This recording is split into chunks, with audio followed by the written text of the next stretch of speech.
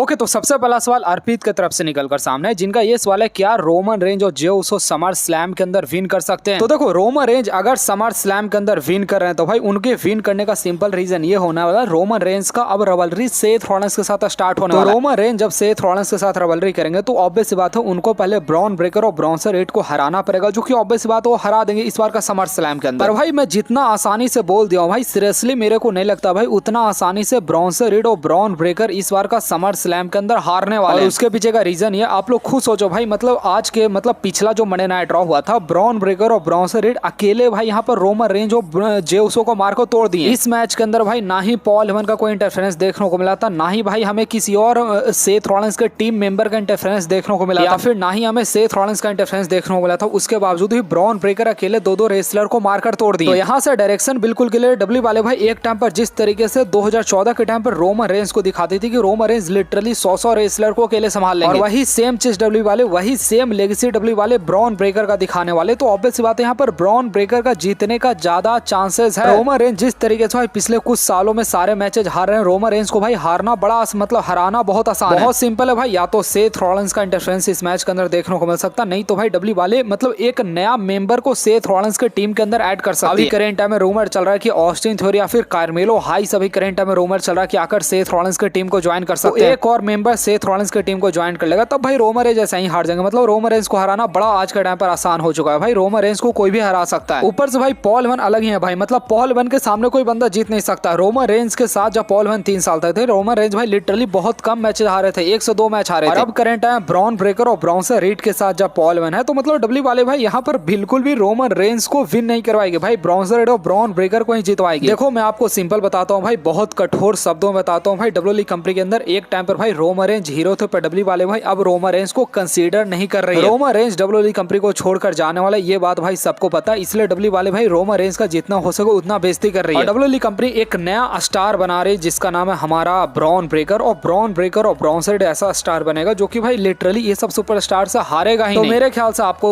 थोड़ा सा बुरा लगेगा फिर अच्छा लगेगा भाई, मतलब सबको वही होता है भाई। रोमन रेंज को 2014-15 के टाइम पर बहुत हेट मिलता था, क्योंकि भाई लोग सोचते थे रोमन रेंज डिजर्व नहीं करता अंडरटेकर को हराना, ब्रॉक लेसनर को हराना, रेसलमेनिया को मेन इवेंट बार-बार करना, और वही सारा चीज करंट टाइम ब्रॉन ब्रेकर के साथ हो रहा है। लोग नहीं कंसीडर कर रहे हैं कि ब्रॉन ब्रेकर उतना बड़ा स्टार बन जाए। हाँ, जो सच्चाई यही सच्चाई भाई, डब्ल्यू वाले अब रोमन रेंज को कंसीडर करना बंद कर दिया। मतलब रोमन रेंज शायद से समर स्लैम के अंदर हार सकते हैं, ब्रॉन ब्रेकर और ब्रॉन्सन रीड का टीम ही मेरे ख्याल से यहाँ पर विन करने वाला है। आपको मेरे बातों पर शायद से भरोसा ना हो, पर मेरे ख्याल से भाई हार से रिलेटेड है, डब्ल्यू वाले भाई अब रोमन रेंज को बिल्कुल ही उस तरीके से कंसीडर नहीं कर रही है। पर भाई रोमन रेंज जब यहाँ पर हारेंगे तो फिर रोमन रेंज के पास स्टोरी लाइन रहेगा सर्वाइवल सीरीज के अंदर, फिर अपना टीम बिल्ड करेंगे, टीम बिल्ड करके फिर से सेथ रॉलिंस के टीम के साथ फाइट करेंगे। तो मेरे ख्याल से भाई यहाँ पर रोमन रेंज को हारना ही होगा, रोमन रेंज हारेंगे, इसी फेवर में फिलहाल के लिए मैं हूँ। मैं अपना फाइनल प्रेडिक्शन 2 दिन बाद मैं आपको बताऊंगा, तो वहाँ पर शायद से मेरा ओपिनियन चेंज भी हो सकता है, पर फिलहाल माहौल को देखकर ये लगता है रोमन रेंज शायद से हारने वाले इस बार का समर स्लैम के अंदर। बाकी दिन इसके बाद भाई नेक्स्ट सवाल इडियट्स की तरफ से निकलकर सामने, जिनका ये सवाल है कि केनी ओमेगा ज्यादा बड़ा सुपरस्टार है या फिर सेथ रॉलिंस ज्यादा बड़ा सुपरस्टार है इन रिंग परफॉर्मेंस। तो मेरे ख्याल से भाई अभी करेंट टाइम में केनी ओमेगा या फिर सेथ रॉलिंस का आप लोग कंपैरिजन बंद कर दो करना, क्योंकि मेरे ख्याल से हैंगमैन पेज या फिर डीन अम्ब्रोज जैसे रेसलर आज के टाइम पर बेहतर रेसलिंग दे रहे हैं। मैं सही बता रहा हूँ भाई, डीन अम्ब्रोज आज के टाइम पर जिस लेवल का मैच देते हैं भाई, रोमन रेंज और कोडी रोड्स अगला 100 जने में भी उतना खतरनाक मैच नहीं दे पाएगा। तो मेरे ख्याल से सील्ड ब्रदर में मैं किसी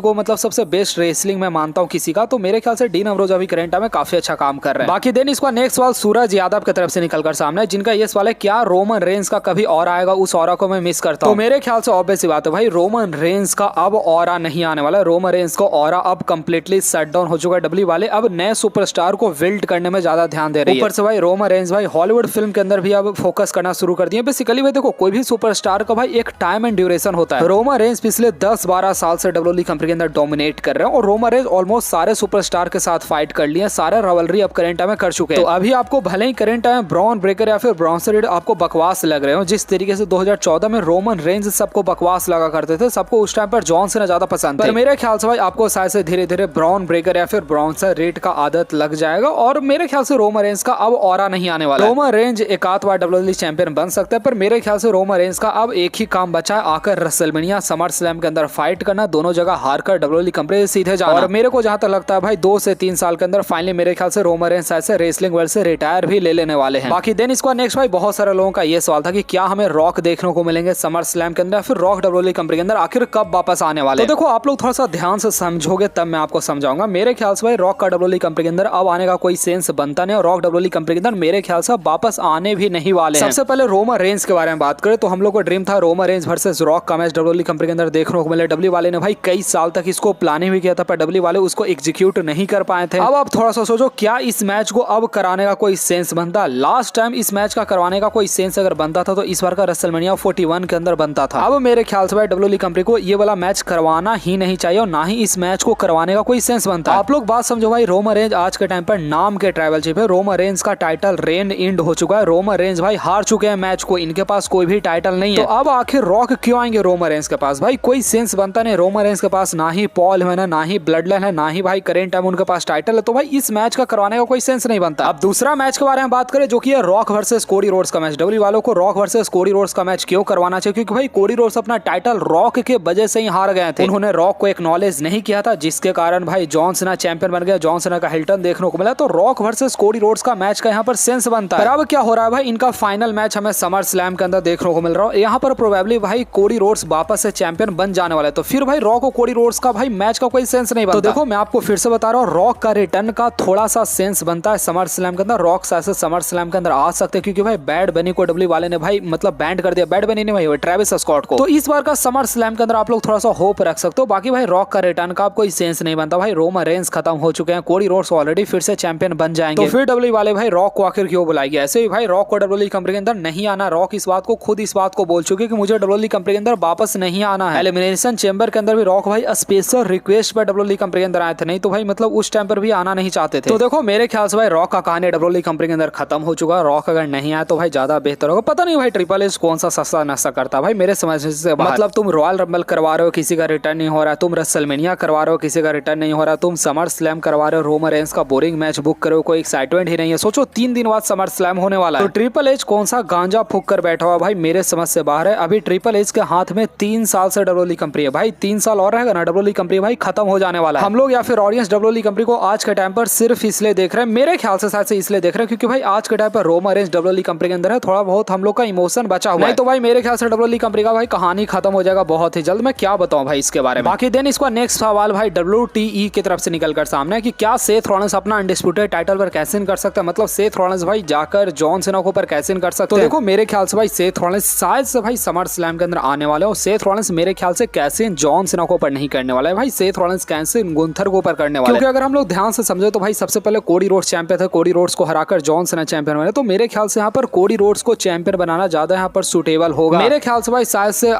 इधर अगर हम लोग गुंथर के बारे में बात करें तो गुंथर अगर अपना टाइटल रेन को एंड भी कर देते हैं मेरे ख्याल से उससे ज्यादा समस्या नहीं होगा। तो WWE वाले भाई गुंथर के ऊपर ही मनी इन द बैंक कैसे इन करवाने वाली है। बाकी भाई 2 दिन बाद समर स्लैम होने वाला। मुझे पता है भाई आप लोग के अंदर उतना एक्साइटमेंट नहीं है समर स्लैम को लेकर, पर हाँ थोड़ा सा एक्साइटमेंट बचा के रखो भाई। समर स्लैम मेरे ख्याल से ज्यादा अच्छा हो। ये लास्ट Q&A वीडियो होने वाला, इसके बाद समर स्लैम के बाद ही मैं Q&A वीडियो ऑब्वियस बातें करने वाला हूँ। पर हाँ मेरे ख्याल से भाई थोड़ा सा आप लोग आशा रखो भाई शायद से इस बार का समर स्लैम थोड़ा बेहतरीन हो। बाकी भाई ये वीडियो पसंद आया तो भाई वीडियो को लाइक करके चैनल को सब्सक्राइब करना मत भूलिएगा। जिन लोग को मेरे से बात करना है भाई सारे लोग इंस्टाग्राम के ऊपर आ सकते हैं।